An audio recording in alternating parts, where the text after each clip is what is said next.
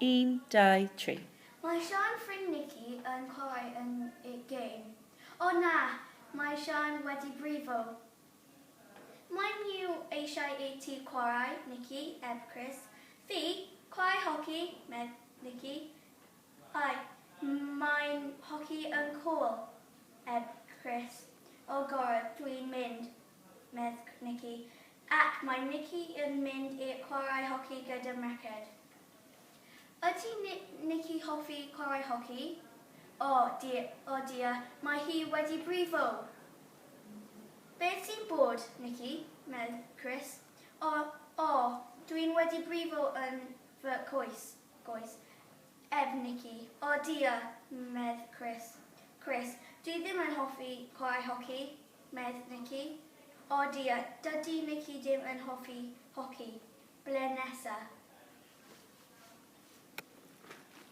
Beth mae Nicky yn hoffi?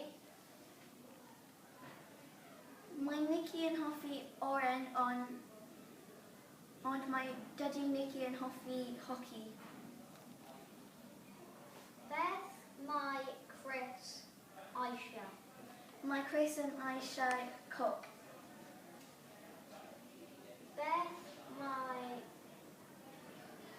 Chris yn gwisgo? Mae Chris yn gwisgo siwmper glas a trousers poffo. Ble wyt ti'n hoffi? Pwy sy'n yn y stori? Dwi'n hoffi Nicky achos mae hi gwych. Ond dwi ddim yn hoffi Chris achos dwi ddim yn hoffi bacen. Sut mae tywydd yn y stori?